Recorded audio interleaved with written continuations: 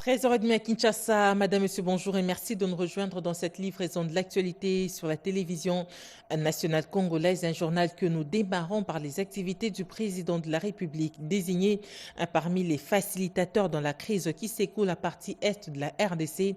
L'ancien président du Nigeria, Olusegun Obasanjo, a été reçu hier mercredi à la Cité de l'Union africaine par le président de la République, Félix-Antoine Tshisekedi Tshilombo. Olusegun Obasanjo a également effectué une tournée qui l'a amené au Rwanda. Pierre Kibambe-Somoïsa. C'est en qualité de l'un des facilitateurs dans la crise qui secoue l'Est de la République démocratique du Congo, facilitateur désigné par le deuxième sommet conjoint de la communauté de l'Afrique de l'Est et de la communauté de développement de l'Afrique australe, que Olusegun Obasanjo, ancien président du Nigeria, a été reçu ce mercredi 25 juin à la Cité de l'Union africaine par le président de la République, Félix-Antoine Tshisekedi Tshilombo. L'ancien chef de l'État nigérian effectue une tournée qui l'a conduit à Kigali au Rwanda, une tournée au terme de laquelle il se rendra à Lomé au Togo pour faire le rapport au médiateur Faure Gnassingbé Eyadema, président du Conseil des ministres. Le facilitateur Olusegun a apprécié à sa juste valeur l'accord sous l'égide des États-Unis d'Amérique pour une paix durable en RDC, accord incluant les différents processus de paix au pays. Well, I'm one of the 5 facilitators selected by the SADC and the East African Community. Le deuxième sommet conjoint EAC-SADC avait désigné 5 anciens présidents africains facilitateurs dans la crise de l'Est de la RDC, Olusegun Obasanjo du Nigeria, Uhuru Kenyatta du Kenya, Galema Motlante de l'Afrique du Sud, Madame Catherine Samba de l'Afrique centrale et Saul Work Zewde de l'Éthiopie.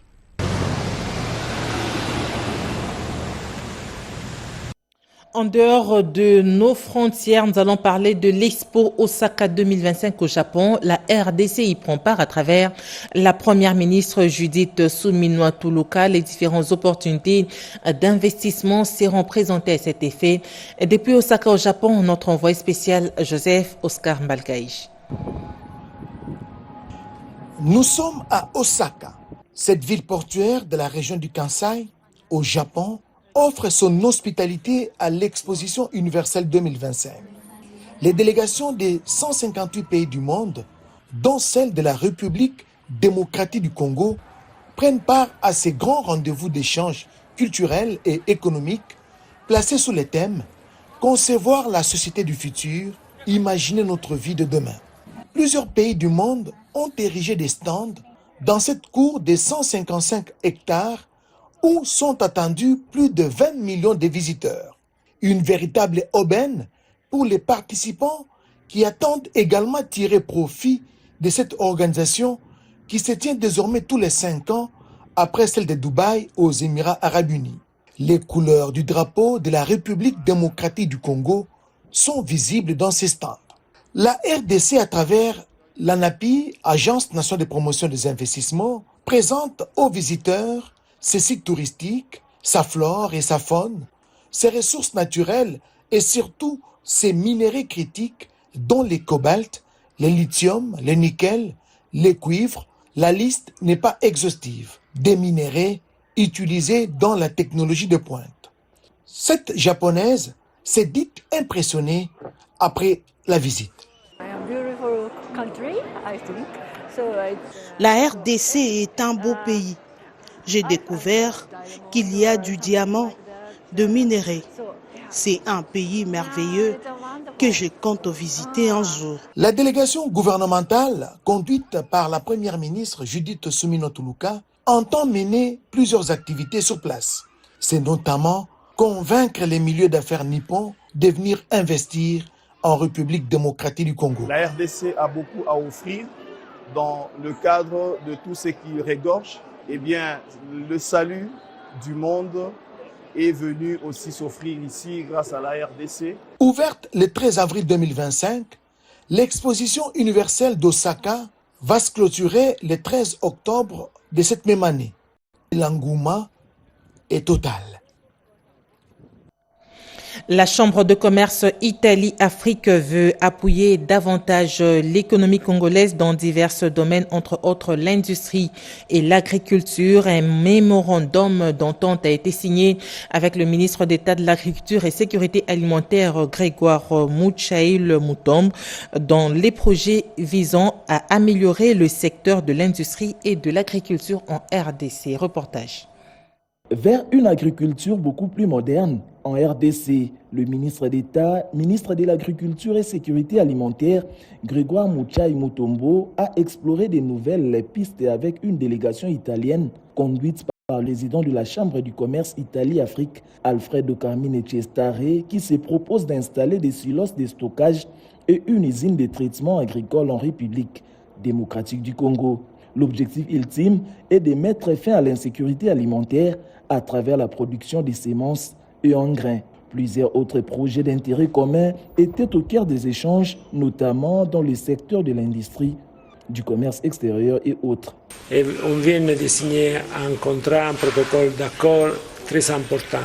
Dans ce protocole, il y a la prévision de faire des études, par exemple, pour remettre en production dans la filière du cacao, du café, du caoutchouc, et aussi dans la production de maïs et manioc.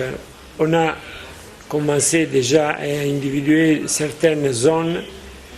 Maintenant, après la signature, on commence à travailler avec une installation. Nous avons déjà un bureau à Kinshasa. Le président de la Chambre de commerce de l'Italie s'est dit déterminé à faire du lobbying pour l'intégration de la RDC dans le plan Mattei de l'Italie afin de pouvoir bénéficier des financements de la Commission européenne à travers la Banque européenne d'investissement pour le projet de développement en Afrique. Un nouveau produit lubrifiant dérivé du carburant raffiné a été présenté par le ministre du Portefeuille. Cette innovation permettra d'accroître les recettes dans les domaines pétroliers. Chimendondo. Présentation officielle d'un nouveau produit lubrifiant dérivé du carburant raffiné de la République démocratique du Congo marque une avancée significative dans le développement de l'industrie pétrolière locale. Ces lancements témoignent non seulement de capacités croissantes de raffinage du pays, mais aussi de la volonté de diversification de produits issus du pétrole brut transformé sur le sol congolais. Depuis la création de cette société Excellence, en 2022, c'est la toute première fois que votre société de l'État lance ses propres lubrifiants portant sa marque. Je vous invite donc à utiliser fréquemment et sans modération nos lubrifiants, et c'est pour offrir aux moteurs, aux transmissions, aux boîtes de vitesse, aux ponts et frais de vos véhicules ainsi que tout autre engin une protection à longue durée. Ces lubrifiants, fruit d'un processus de valorisation des résidus de carburant raffiné, illustre un pas important vers l'autosuffisance en produits pétroliers spécialisés, réduisant ainsi la dépendance aux importations coûteuses. Cette innovation démontre également l'engagement des opérateurs économiques et des autorités à promouvoir la transformation locale de ressources naturelles, conformément aux objectifs de la vision de développement durable et de la création d'emplois qualifiés du chef de l'État, Félix-Antoine Tshisekedi Tshilombo. Le gouvernement congolais, par le biais du ministre du Portefeuille, Jean-Lucien Boussa-Tongba, a représenté le gouvernement de la RDC et satisfait de toutes ces innovations juste pour le développement de la RDC. Ces lancements constituent une opportunité pour renforcer le tissu industriel national tout en stimulant la compétitivité du marché local de lubrifiants dans un contexte régional en constante évolution. Redynamiser les activités de démobilisation, relèvement communautaire et stabilisation PDD-RCS et élaborer un plan prioritaire, c'est le but de l'atelier lancé au Tanganyika par le coordinateur national Jean de Dieu Tangatita en présence du vice-gouverneur de province Peggy Mukunda pour le reportage. Programme de désarmement, de mobilisation, relèvement communautaire et stabilisation au PDD-RCS en partenariat avec le programme des Nations Unies pour le développement PNUD a officiellement lancé un atelier d'évaluation du cadre de concertation pour la paix et appui au programme, ainsi qu'un diagnostic du PDDRCS dans la province du Tanganyika. Ces assises de 2 jours ouvertes officiellement à l'hôtel Yvonne à Kalemi par le vice-gouverneur de Tanganyika, Kabwe Mweu Isidore, en présence du coordonnateur national du PDDRCS, Jean-Dédié Désiré Tangatita, vise à redynamiser les programmes dans la province, évaluer l'état d'avancement des activités et identifier les défis ainsi que les perspectives. Dans leur allocution, le coordonnateur national du PDDRCS et le vice-gouverneur de la province du Tanganyika ont souligné la nécessité d'étendre les programmes au niveau des territoires pour contribuer efficacement à la restauration de la paix et à la réconciliation communautaire. Les patrons du PDDRCS appellent l'ensemble des parties prenantes à s'impliquer davantage à l'évaluation des activités du programme. Accompagnez-nous dans le respect de notre identité et de notre culture. Nous attendons de vous une co-responsabilité réelle, une co-création sincère des réponses, une mutualisation des ressources, des efforts et des risques. Le chef des bureaux du PNUD, Abou Diabé, a quant à lui insisté sur l'importance de rendre le PDDRCS véritablement communautaire afin de traiter les causes profondes des conflits et de jouer pleinement son rôle. Au 3e jour de sa mission en République démocratique du Congo auprès de la Commission électorale nationale indépendante CENI, la délégation tchadienne de l'Agence nationale de gestion électorale, ANGE en sigle, conduite par son président Ahmed Barchiret, est allée à la découverte du centre électoral Bosolo à Kingabwa. La délégation a été accueillie par le secrétaire exécutif national adjoint, Madame Marie-Josée Kapinga Bondo, assistée du directeur de logistique, Hilaire Kambalé. Les échanges et la visite guidée ont permis aux hôtes tchadiens de se faire une idée précise de cette infrastructure stratégique. Sous leur conduite, ils ont notamment exploré les entrepôts, le cœur du centre, ainsi qu'un système anti-incendie avec forage d'eau de 75 mètres. Une démonstration pratique leur a été offerte, présentation des anciens et nouveaux kits électoraux de la chaîne logistique, des sources d'énergie et du dispositif technologique destiné à assurer une publication des résultats en temps réel, bureau de vote par bureau de vote. Objectif, réduire les tensions post-électorales et renforcer la transparence du processus. Inspiré du modèle sud-africain et adapté au contexte congolais, le centre électoral Bosolo est aujourd'hui une structure permanente, reflet d'une gouvernance électorale modernisée et ambitieuse. N'a pas d'arriloge. Saluant le leadership du président de la CENI et l'encourageant à poursuivre les efforts en faveur d'élections crédibles en République démocratique du Congo. Et bientôt, la RTNC Équateur va reprendre avec ses émissions télévisées. Déclaration faite hier mercredi par la directrice provinciale de cette chaîne nationale, Mimi Etaka. En compagnie de 2 techniciens envoyés par la Direction générale de la radio-télévision nationale congolaise, à savoir l'ingénieur Ipira Biabia et l'ingénieur Damien Vinda, venus pour l'installation de cet émetteur et autres matériels pour la reprise des émissions télévisées. Le directeur provincial de la RTNC Équateur, Etaka Bolumbo Mimi, a saisi l'occasion pour louer les efforts du directeur général de la RTNC, Sylvie Elengue Nyembo, qui ne ménage aucun effort pour le bon fonctionnement de stations provinciales à travers le pays, mais également la bonne collaboration qui existe entre l'exécutif provincial de l'Équateur et la direction générale de la chaîne nationale. Nous sommes allés à Kinshasa par la volonté du gouverneur de l'Équateur qui a voulu à ce que nous allions pour réparer notre émetteur TV. Mais arrivé sur place, vu la bonne collaboration qui règne entre le gouvernement provincial de l'Équateur et la direction générale de la radio-télévision nationale congolaise, le DG Sylvie Elengue Nyembo nous a doté d'un nouvel émetteur. Et je crois que tout cela, c'est pour relancer la télévision nationale congolaise dans le tout prochain jour. Bien, moi je dirais plus merci au gouverneur de province, Boloko Bolumbo Bobo, Et vu le sens managérial qu'il a eu lors de son séjour à Kinshasa, il a pu échanger avec la direction générale. Voilà le fruit.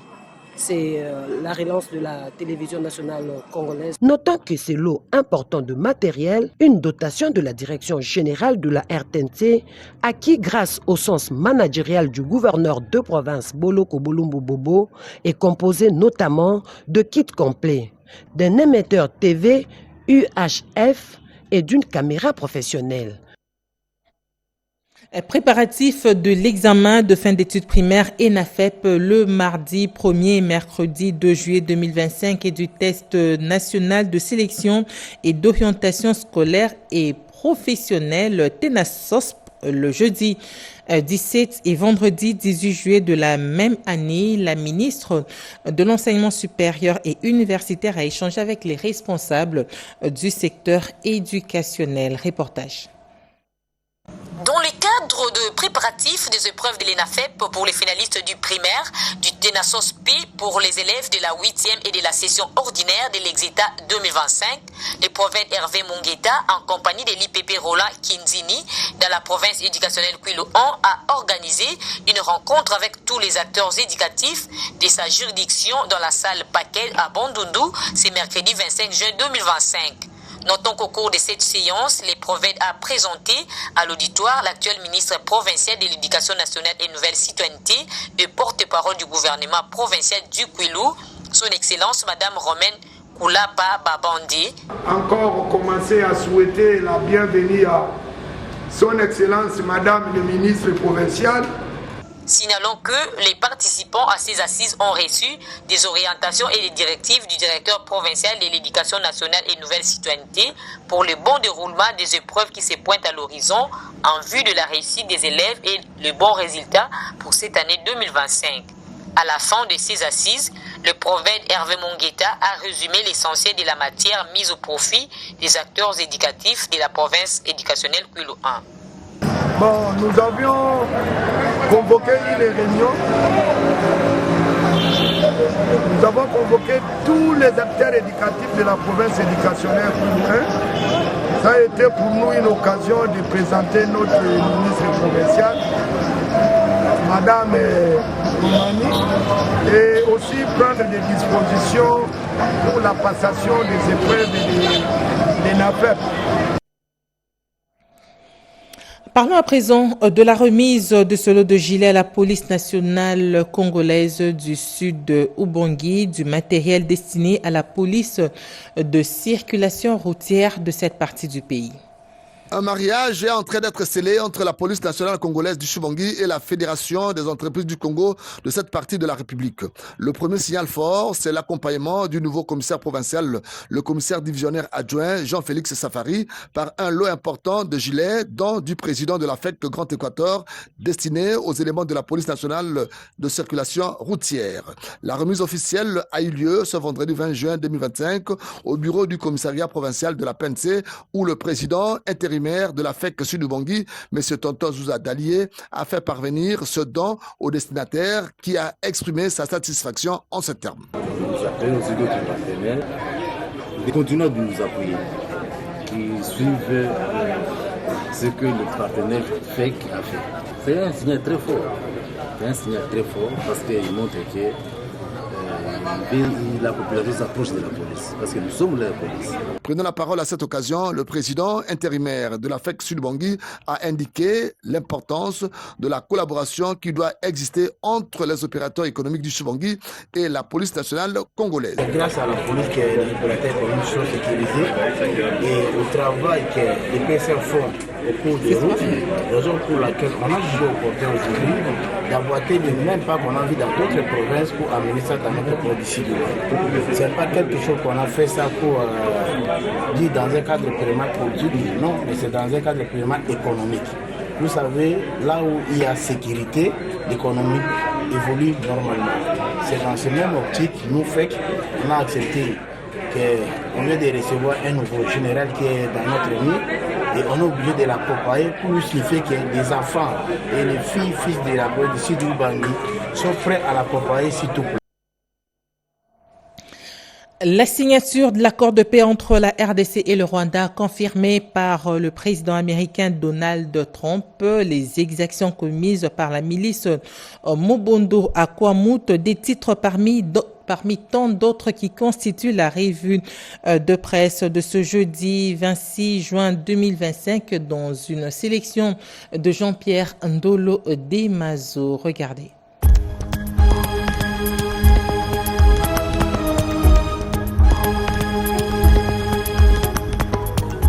Bienvenue, mesdames, messieurs, à cette revue de presse du jeudi 26 juin 2025. L'accord de paix entre la RDC et le Rwanda sera signé le 27 juin à Washington. Donald Trump le confirme au sommet de l'OTAN, annonce la référence plus. Le président américain l'a dit en exclusivité mercredi 25 juin lors du sommet de l'OTAN qui a lieu aux Pays-Bas. Donald Trump dit croire que vendredi, on va assister à l'arrivée du Congo et du Rwanda. C'était une guerre atroce, une guerre à coups de machette avec des têtes coupées partout en Afrique, regrette Donald Trump. Sud Kivu, des civils tués dans de nouveaux heurts entre Wazalendo et 1-23 à Kabare, révèle 7sur7.cd. De nouveaux affrontements entre les éléments Wazalendo et les rebelles de l'AFC 1-23 ont repris depuis la matinée du mardi 24 juin 2025 à Chirunga, dans le territoire de Massissi au Sud Kivu. Selon des sources locales, au moins 5 civils ont été tués lundi dernier et toutes les activités sont restées paralysées et aucune circulation n'a été signalée. Cette situation a créé une panique générale dans la commune voisine de Bagira à Bukavu suite aux tirs en armes lourdes et légères entendus dans la région. Grand Bandundu, le conflit Mobondo plonge plus de 550 000 personnes dans une crise humanitaire aiguë, constate Info27.cd. 3 ans après le déclenchement des violences à Kwamout, la milice Mobondo continue de s'aimer le chaos dans le Grand Bandundu. Le réseau des ONG de défense des droits de déplacés internes alerte sur une situation humanitaire dramatique avec des centaines de milliers de déplacés, des milliers de morts et des infrastructures détruites. L'organisation plaide pour un dialogue de paix et une réponse humanitaire urgente. Fête de l'indépendance nationale, le corps diplomatique choisit de s'associer aux sinistrés des inondations logés au Stade des Martyrs, titre Le Phare. À l'initiative du doyen des corps diplomatiques accrédités en RDC, le Marocain Rachid Agassim, un groupe d'ambassadeurs volera le dimanche 29 juin 2025 au chevet des compatriotes sinistrés des pluies diluviennes du 4 au 5 avril 2025, notamment ceux qui sont logés au Stade des Martyrs de Kinshasa. C'est une façon pour ces diplomates en poste à Kinshasa de s'associer à la célébration de l'indépendance nationale de la République démocratique du Congo. Ce journal est terminé. Une page noire avant de nous séparer. Ramazani Moulanda de la sous-direction des enquêtes et magazines de la RTNC n'est plus travailleur dans des conditions toujours pas faciles pour produire des dossiers discrets.